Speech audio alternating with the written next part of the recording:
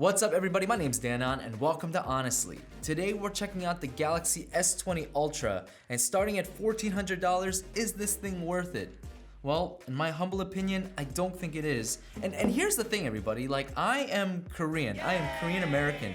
So for me to say a Korean brand like Samsung is not that great is like me backstabbing my country, because my dad is always telling me Samsung is best upon because Korean, right? He says it just like that. Actually, it's so bad that my family refuses to buy my grandparents anything except for LG or Samsung. Like they won't buy them an iPhone, even though that's probably one of the easiest to use for older folks. They refuse to buy them one because, again, Korean phone is best upon. So you know that when I tell you that I don't think this phone is great, you know that I'm being honest. So sorry Amma, sorry Appa, but without further ado, let's get honest.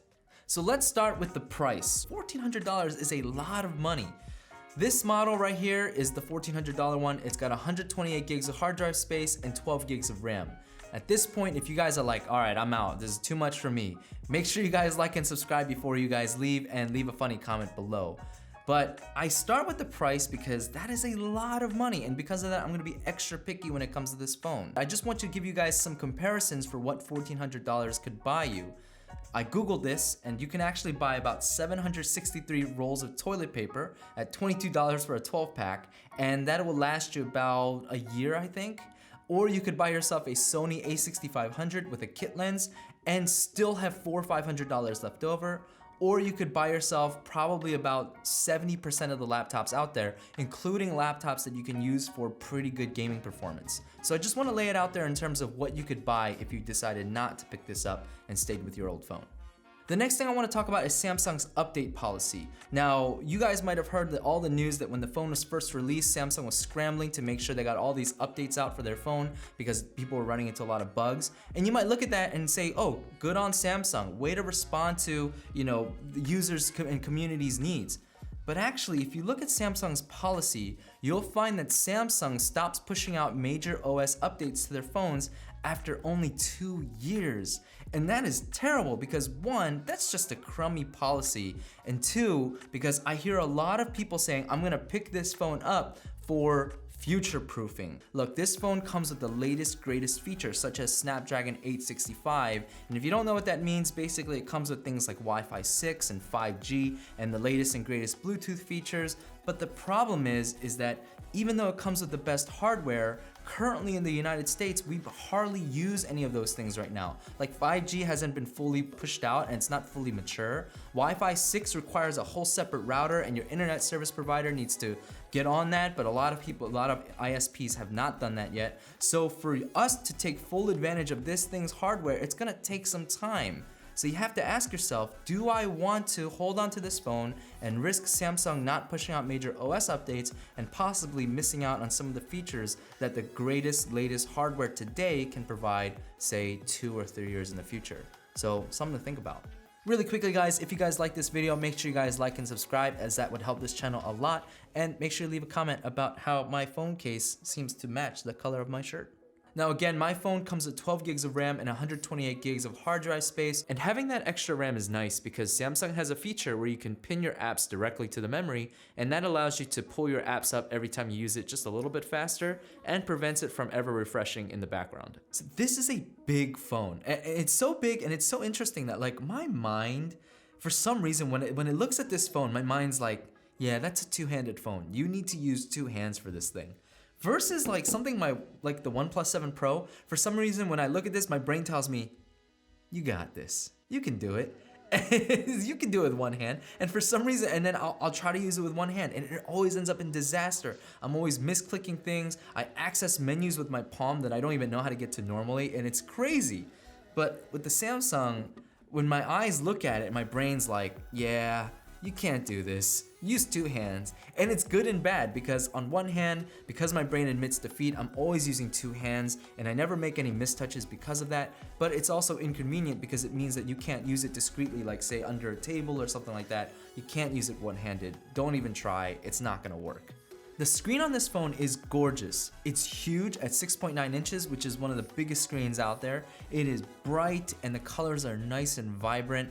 And yeah, it's just a really, really good screen.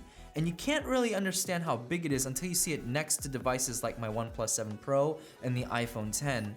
But the other thing to note is that this screen comes with the ability to scroll or to refresh at 120 Hz. And what that means is you're gonna get buttery smooth scrolling and media consumption and gaming. It's just gonna look amazing. But keep in mind that you can't use 120 Hz at the maximum resolution that the screen can put out. So if you try to put it in 1440p, it won't allow you to use the 120 Hz and it'll come back down to 60 Hz. You can only use it at 120 Hz at the 1080p or less than 1080p. So keep that in mind. Samsung has done a great job at reducing the curves around the glass, which means less mistouches, but it's still not usable without a case in my humble opinion because it's so big. Even with two hands, my palms were constantly mistouching things. So that's kind of unfortunate because it means that you have to use a case. And in my case, I actually bought the gray case from Samsung, but as you can see, they sent me anything but, right? If this is their idea of gray, then they are colorblind because this is much more like a very pretty blue, right? This phone comes with a massive battery at 5,000 watt hours, and it's been enough to get me through a day even with the 120 Hz refresh on. I come home with about 20-30% battery. And keep in mind that the charger that comes with this thing only charges at 25 watts, but this phone can handle 45 watts.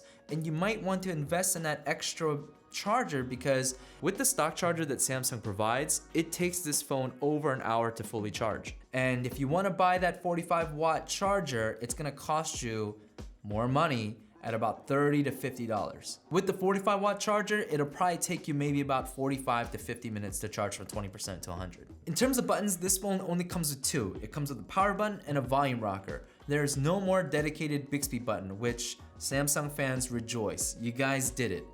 But here's the thing that annoys me with this is that there is no dedicated vibration switch. And I find that to be like really frustrating because I can't think of a single person out there that wouldn't benefit from a vibration switch. Without a switch, you have to stare at it or put your finger on it, unlock it, and then hold the volume rocker, wait, and then, okay, I'm good. And then you lock the phone.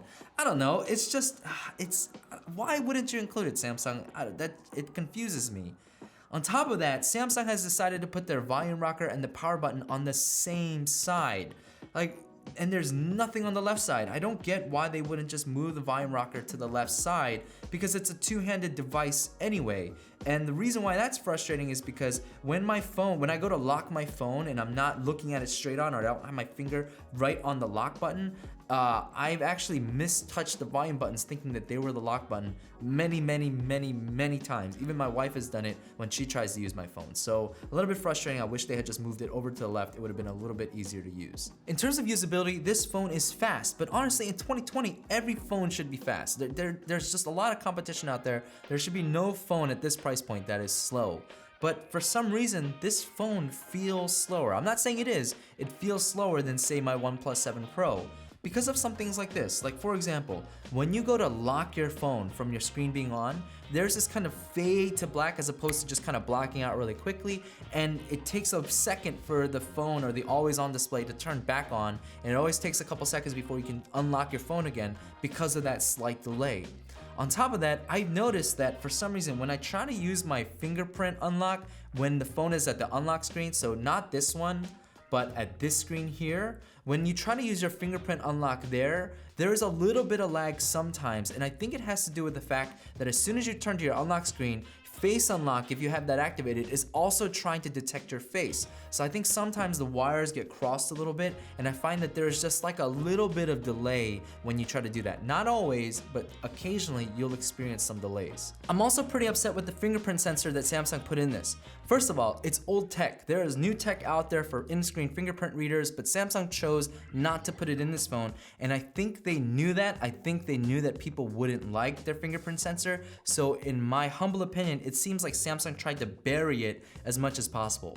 And here's what I mean by that. First of all, the fingerprint sensor is like 2 inches from the bottom, and that is a weird place to put it. Like every other phone, including Samsung's old phones, where were all the fingerprint sensors? They were at the very bottom where the home button would be. But for the fingerprint sensor to be 2 inches from the bottom, it is a really odd place to put it. On top of that, the fingerprint sensor area is tiny. I'm talking about tiny. If you look at the size of that fingerprint, it is the size of my son's pinky finger, and he's 3 years old. Like, that is a tiny little area.